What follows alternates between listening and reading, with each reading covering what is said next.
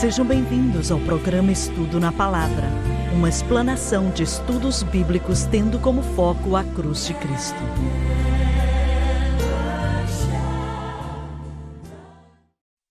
Bem-vindo hoje ao Estudo na Palavra. Eu sou o evangelista Jimmy Swaggart com Lauren Lawson, com o Dr. David Watts, o Dr. Don Paul Gray, com o John Rosenstern e com o Dave Smith e com você.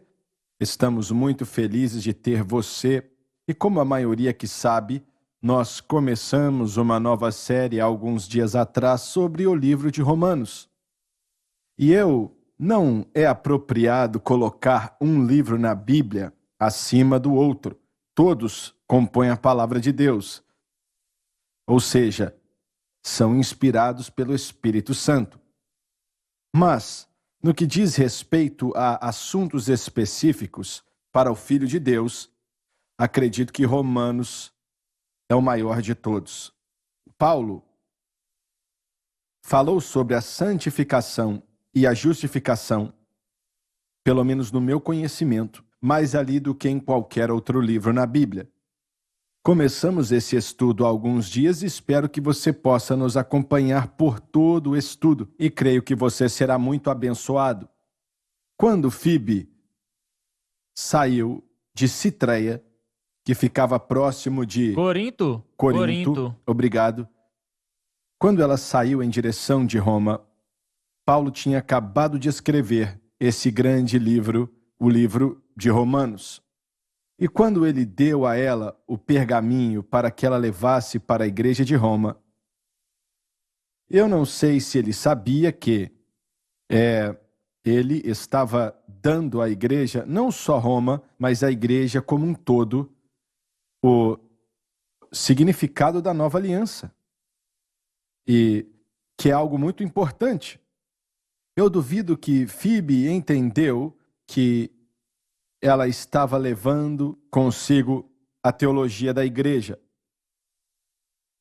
Pelo que sei, é o documento mais importante que o mundo já conheceu. E não acho que estou exagerando quando digo isso.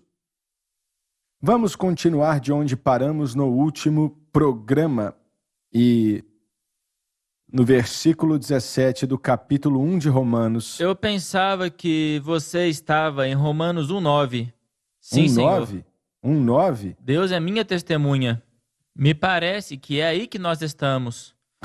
Eu vou ler o que você quiser, mas nós estamos em 1:9. Obrigado, viu? Sim, Senhor. Muito bem, vamos começar no versículo 9 aqui. Se é o que você acha, se me mandarem cartas Sim, Senhor, reclamando, vou mandar para você. eu vou recebê-las com alegria. Versículo 9. Porque Deus, a quem sirvo em meu espírito, Seu espírito humano, me é testemunha no evangelho de seu Jesus Filho, Cristo e ele crucificado. que sem cessar faço menção de vós em minhas orações. Pegando a última frase primeiro, mencionando vocês em minhas orações, precisamos concluir. Acho que é muito óbvio que Paulo tinha uma vida de oração muito forte. E ele menciona sobre orar por certas pessoas e por aí vai. Acho que ele tinha uma vida de oração muito forte e ele nunca tinha estado em Roma. E ele queria ir para lá e não sei se ele chegou a pregar naquela igreja lá, porque ele era um convidado de César. E foi, na verdade, colocado em uma prisão domiciliar, quando chegou em Roma. Mas vemos alguma indicação? Sei que as pessoas iam para a igreja ali diretamente e Roma dava a ele a possibilidade de ministrar e a implicação era que ele ensinasse dia e noite durante todo o tempo que esteve em Roma, talvez por uns 2 anos e talvez até mais. Quero saber se existe alguma indicação que ele tenha ministrado na igreja em Roma. Houve um encontro com os anciãos quando ele chegou em Roma, no final do... Verdade. Você pode ver isso registrado no livro de Atos, quando muitos anciãos judeus se reuniram para ouvi-lo, mesmo antes da Mas casa aquilo ter não sido foi na igreja. estabelecida. Você não acha que isso aconteceu na casa? É possível que sim, mas se lembre que Roma não é apenas uma igreja, são várias mini-igrejas em lares. Se você olhar no final do livro de Romanos, no capítulo 16, nós encontramos uma grande comitiva, incluindo Priscila e Áquila. Isso indica um grande corpo de cristãos que estavam lá. E se lembrem que os judeus foram expulsos de Roma por um decreto de Cláudio, 49 depois de Cristo. Mas em 55 eles puderam voltar. E Paulo escreveu Romanos entre 56 e 58. E ele certamente influenciou essa grande comitiva. E quando ele chegou, eu tenho certeza que eles se alegraram em conhecê-lo e até mesmo vieram a ter com ele. Mas como na maioria das grandes cidades, haviam muitas igrejas nos lares. Ele tinha uma casa que ele alugava e Roma permitia isso, e era ele quem tinha que pagar. E a indicação é que o povo de Roma, na verdade a igreja em Roma, que constantemente eles iam até ali. Mas quando chegou ao fim, quando ele estava para ser executado, quando ele foi decapitado, o que parece é que, nesse momento, eles já não faziam tantas visitas. Não, eu acho que ele estava na prisão Mamertina nessa época. Essa teria sido a sua segunda prisão, mas em sua primeira, parece ter tido uma grande influência se o livro de Atos estiver correto, e eu sei que está. Eles estavam indo e vindo, e até mesmo em Filipenses ele registra o fato de que o evangelho tinha se espalhado até mesmo entre a guarda pretoriana, que eram os guardas responsáveis pela segurança do palácio dos imperadores romanos. Insinuando que alguns tinham entregado o coração para Jesus. Correto. Se você estivesse preso a Paulo por 12 horas por dia, quais são as suas chances de ser salvo? As chances são grandes. Sim. Então eu acho que isso acontece em Filipenses, mas foi escrito em Roma. Então eu acho que há um grupo contínuo de pessoas que viriam falar com ele e lembrariam que muitos de seus colegas de trabalho haviam procedido para Roma. Mas eu sinto que, mais para o fim, que ou foi por medo que eles não visitavam mais ele em Roma nos seus últimos dias, e se eles rejeitaram sua mensagem, como sei que alguns rejeitaram, alguns não rejeitaram. Bem, nós não falamos sobre isso ainda, mas eu sinto que houveram duas prisões distintas. Sim. Verdade. Então, na segunda prisão, há uma mudança notável no comportamento e na liderança de Roma em relação ao cristianismo. Verdade. E Nero não estava mais aplaudindo ou mesmo permitindo que o cristianismo fosse o que fora outrora. Eles perderam a sua liberdade. Nero acusou os cristãos de tentarem incendiar Roma, quando os historiadores dizem que ele mesmo o fez. Então essa atmosfera na segunda prisão mudou tudo. Teria mudado a liberdade dos cristãos de irem e virem. Mas em sua primeira visita a Roma, aquela liberdade foi bem escrita no livro de Atos. Nós acreditamos que ele foi liberto daquela prisão, o que teria sido uma sentença favorável de Nero. E 3 ou 4 anos depois, ele foi preso novamente. E então, essa mudança notável, irmão Swagger, causou a sua morte. Acho que provavelmente a situação, como você falou, em Roma mudou. Sim. Durante aquele período de tempo. E provavelmente Paulo disse que Demas me desamparou, amando o presente século. Exatamente. Ele falou sobre várias pessoas. E tenho certeza que alguns ali rejeitaram a sua mensagem, mas acho que a maioria não visitava ele com medo. Sim, acho que esses eram a maioria. Eles estavam com medo. Irmão Swagger, eu li um comentário que disse que Demas provavelmente desamparou a Paulo porque ele sabia que Paulo seria martirizado e achou que eles viriam atrás dele também. Lucas permaneceu com ele, sim. Depois ele pediu que Timóteo viesse. Mas, para ele declarar, Dimas me abandonou amando esse mundo, ele já falou qual era a causa. Ele amava o mundo. Ele amava aquilo Certo. que o mundo tinha para oferecer. Mas você sabe, ao se deparar com um possível martírio, irmão Sueger, Certo, verdade. o amor pelo mundo talvez tenha sido mais atraente para aqueles que estavam lá. Facilitou, Sim, não é? facilitou. E, de novo, naquela atmosfera, era letal estar conectado ao cristianismo nos dias em que Paulo foi executado. Me deixe ler alguns versículos em 2 Timóteo. E diz aqui... Eu vou ler alguns versículos, mas vamos começar no versículo 9. Procura vir ter comigo depressa, porque Demas me desamparou, amando o presente século, e foi para Tessalônica, Crescente para a Galácia, Tito para a Dalmácia.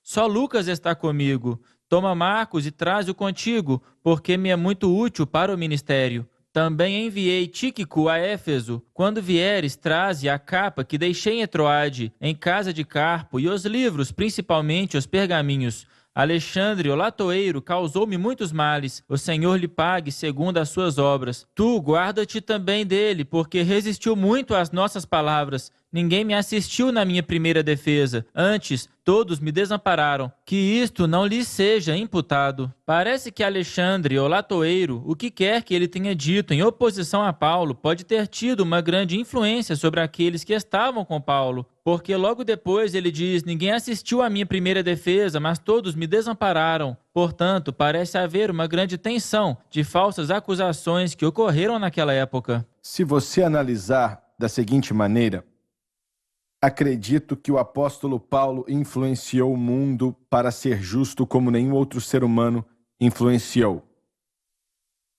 Ele trouxe a igreja para a nova aliança. E eu quero fazer uma pergunta para vocês. Vocês acham que ele entendia que era a nova aliança? Sim, eu acho. Eu acho que estava muito claro para ele que a sua missão era fazer com que as pessoas entendessem isso. Charles Spurgeon, em sua série de sermões sobre Romanos, disse que Romanos era a chave para compreender os evangelhos como um todo, e a própria Bíblia também. Eu acho que ele está certo. Ele achava que ou era estava a chave, certo. e achava que a vida de Paulo, as suas viagens missionárias, tudo isso era para fazer as pessoas entenderem sobre a nova aliança, tanto judeus quanto gentios. Então eu acredito que ele sabia que o que ele estava dizendo era importante. Se nós Muito pegarmos importante. as suas palavras do final do capítulo 16, nós vamos chegar lá um dia.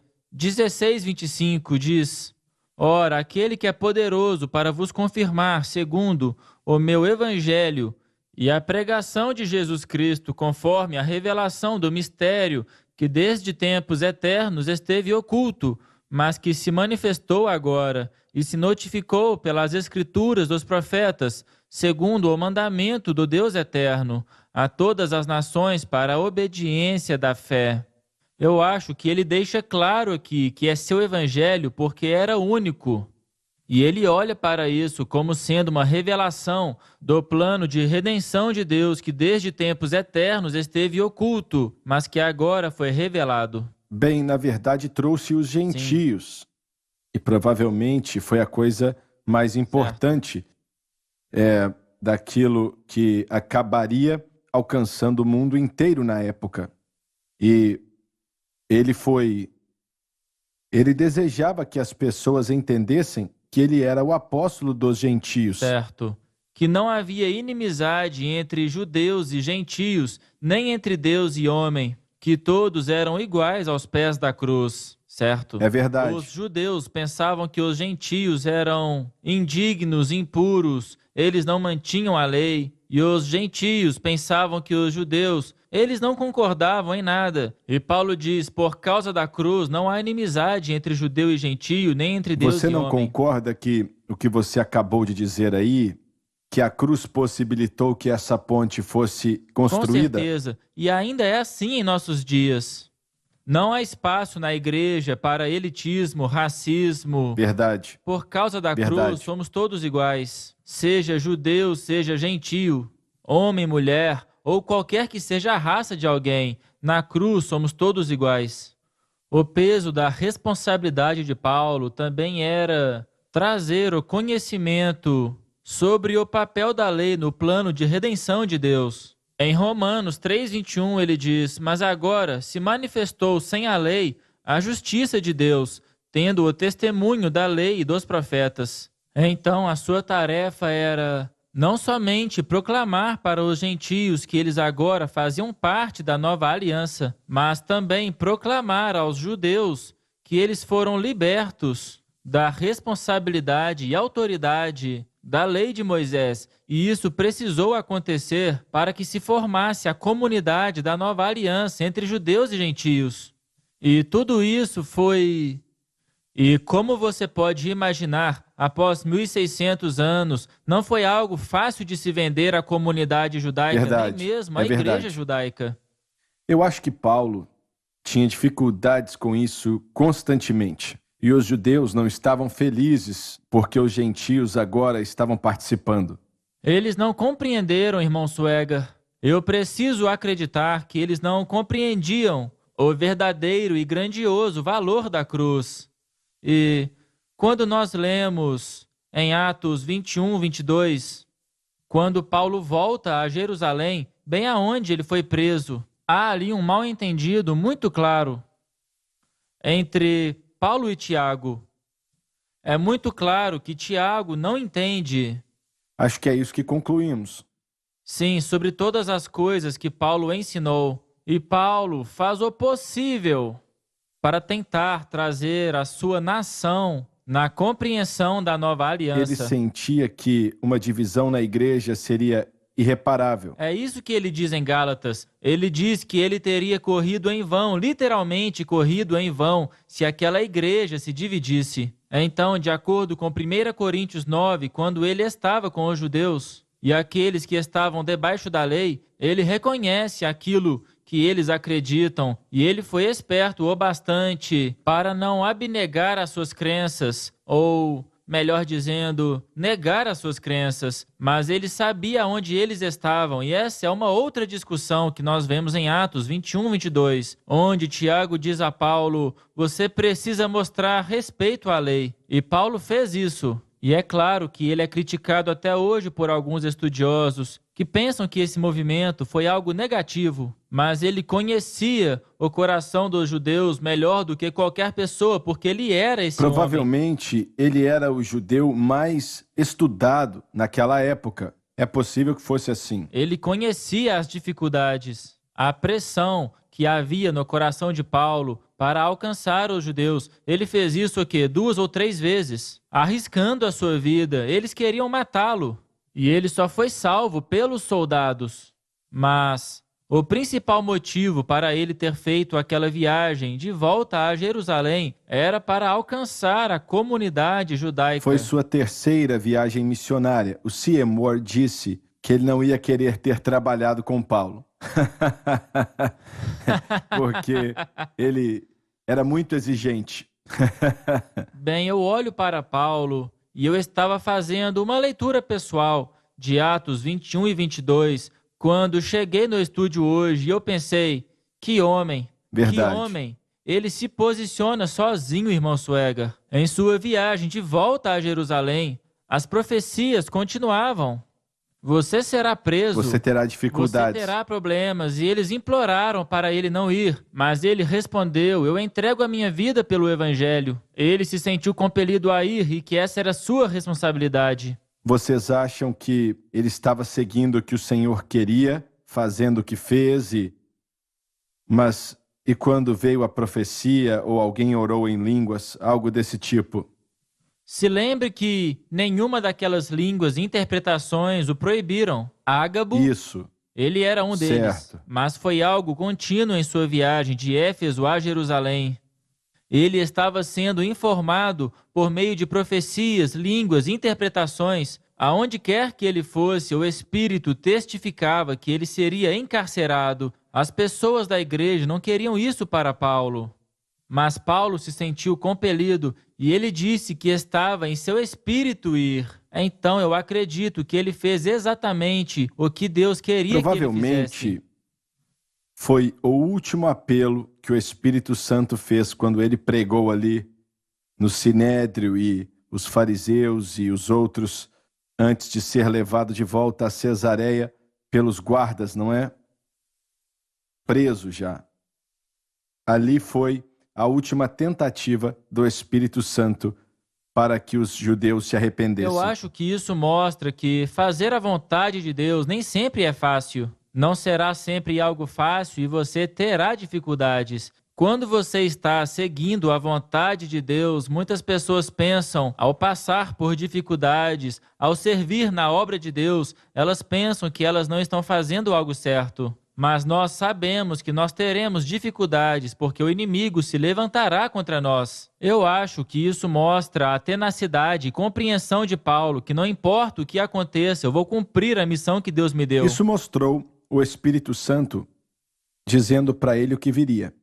Certo. Não acho que era o Espírito Santo dizendo para ele não ir.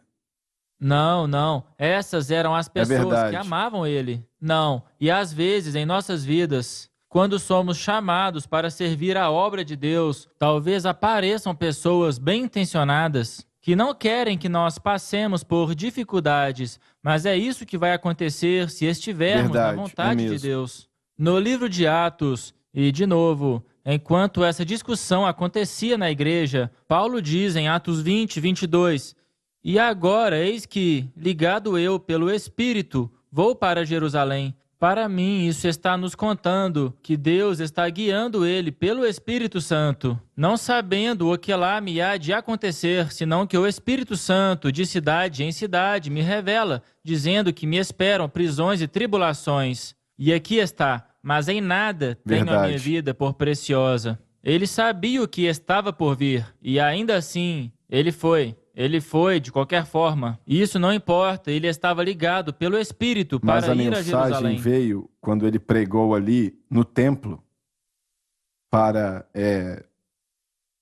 os líderes do judaísmo em Jerusalém. E eles não eram nem salvos ali na época, mas na realidade, Paulo falou muito da lei. E provavelmente ele conhecia a lei bem mais do que qualquer outro ser humano naquela época. Certo. Em Gálatas ele diz que ele estava acima de seus próprios colegas em relação à compreensão e aplicação da lei de Moisés. Esse era o status que ele tinha entre aqueles que cresceram com ele. E nós sabemos que os anciãos de Jerusalém o consideravam um garoto prodígio. Ele era intenso com a lei mosaica. Iria substituir Gamaliel. Sim. Estava sendo treinado para isso. Você sabe, nós temos aqui um homem único que gastou toda a sua vida estudando essa lei só para admitir que ela precisava ser completa por Cristo e que, portanto, ela estava incompleta sem ele. Pode continuar, por favor, Lauren. Versículo 10. Rogando.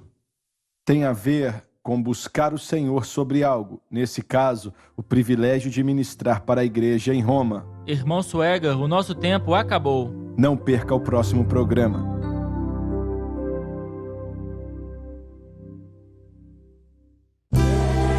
Obrigada por ter assistido o programa Estudo na Palavra.